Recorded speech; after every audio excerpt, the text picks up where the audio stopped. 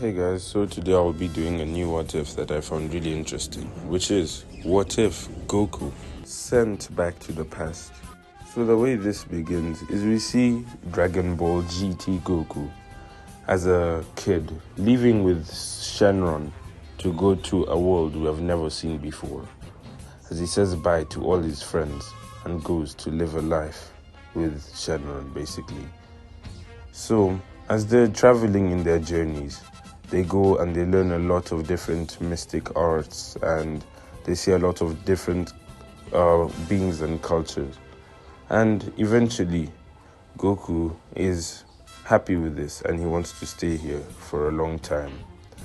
But they travel to a domain that no one had really ever gone to, and they see a man who looks exactly like Goku look him in the eye, and he says, "So you are the Goku of this timeline. Well, I have a plan to kill all the mortals in existence, and you count too. So I've come all the way here to quench your life, since you're the only one left between me and my zero mortals plan." So this was a Zamasu that had managed to travel to Dragon Ball GT and try to kill all the mortals. Shenron then shows Goku what Goku Black was able to do inside their universe, as Shenron shows Goku how Goku Black, without them knowing, went to planet Earth and killed everyone, and on top of that, killed King Kai and everyone that they knew who could have stopped him. So Goku then gets annoyed and tries to attack Goku Black. But Goku Black says, "Even if you defeat me, there's nothing you can do. I have no need to fight you anymore. I've killed everyone that you cared about. Now, I will simply leave this universe and wait for you to die of old age. Now it's time for me to expand. Why is one universe enough for me to kill? I'll simply go to another timeline and another one until I've quenched the lives of all you find dear in every universe." As Goku Black then uses his time ring and goes into a different timeline. Goku is now angered with this, and he says, "Shenron, we have to do something. This threat already destroyed our universe. Is there any way to fix this?" As Shenron says, "I have the ability to time travel you back before this ever happened. So none of this would have ever happened, and this Goku Black guy would have never entered our timeline yet. So this is different than the time travel that future Trunks used, since we're turning you back to before Zamasu ever came in this timeline. So the problem is that this will cause some changes that even I do not know about." To which Goku says, "That's alright, I don't mind. Since I know that you don't have the full power that you used to, this will probably take all your energy, so I'll make sure not to fail you." But Shenron also says that due to the fact that only you are going back in time, I won't even remember this. Only you will remember this. And the issue is, since you are in a kid's body, we can only send you back to the same point when you were a child, which was just before you met Bulma and went on your first adventure. And on top of this, you will be weaker since you will be sent into your childhood body. The only thing that stays the same is your knowledge and your techniques. So, are you ready to do this, Goku? I'll say goodbye to you and make me proud." As Goku says, "I'll make sure to do so, Shenron. Let's do it."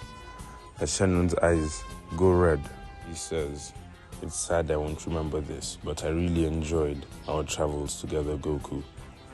As Goku then closes his eyes, as the world he once knew is erased from his vision, and he opens his eyes in the house of his dead grandfather. Goku then looks around and wonders about what he forgot about. As he then looks around and he sees everything that he used to basically everything he used to own, and he remembers how he used to live. Then Goku gets curious and he decides to test out his power, as he feels much weaker than before. And he says, my power level is only about 10. But can I still use my transformations, he thinks, as he tries to transform into a Super Saiyan, which doesn't go well. His hair flickers yellow for a split second, almost remembering the technique, but then he quickly drops out of it.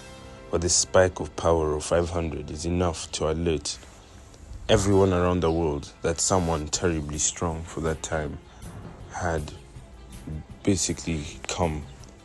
So everyone was now worried about what type of threat that was, at least anyone who could sense power.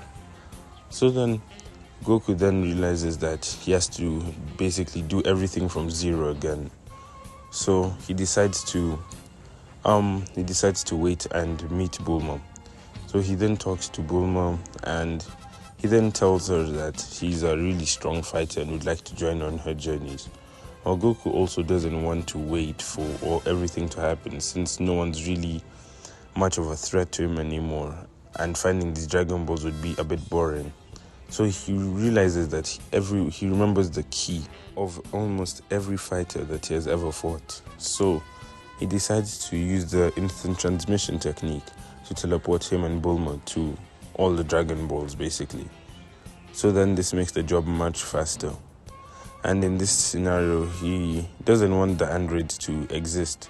So then, instead of having the android situation happen the same way as in canon, he decides to destroy the Red Ribbon Army.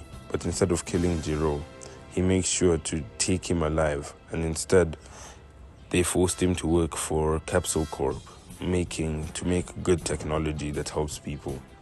And after this, basically, I would say almost everything goes similarly. Pilaf, Goku still doesn't kill Pilaf because he knows that Pilaf isn't too evil. So he instead leaves Pilaf to survive, and he actually wants Demon King Piccolo to be unsealed, since he wants Piccolo Jr. to be born. So he leaves that the same. So what happens now is he tells Bulma, here are your Dragon Balls, I'll see you later, I'm sure of that. As he then instant transmissions to Roshi's house. As here he says, hello, I'm Goku and I want to train with you. As Roshi says, why would I want to train you? What can you do that's interesting? As Goku then tells Roshi, show me your strongest technique and I'll do the exact same thing. As Goku neutrals the Kamehameha wave. So then Roshi then charged the Kamehameha wave and launched it in the ocean. As then Roshi says, this took me 50 years to learn. Are you sure you can learn it right now, kid? As Goku then charges up and launches a blast that's that's about half as big, and it's really powerful. As Roshi then realizes that this kid is no joke, as he then says, hey kid, were you the one with that 500 power level? As Goku realizes, and he then says, yes, that was me. I am a really strong fighter, but my childish body stops me from unlocking my full potential. As Roshi then says, you know what, kid, you have a deal. I will train you. As Roshi then enters a training thing with Goku, and eventually Krillin joins, so Goku and Krillin start training together. While all this was happening, Goku made one major mistake. Since he tried sparing Dr. Gero, and he then destroyed the Red Ribbon Army as effectively as he did in canon, and Dr. Gero's son, going by the name Commander Gold, managed to survive. With the intelligence of his father, but the effectiveness of a commander and the strength to back it up, he is a really big threat for Goku.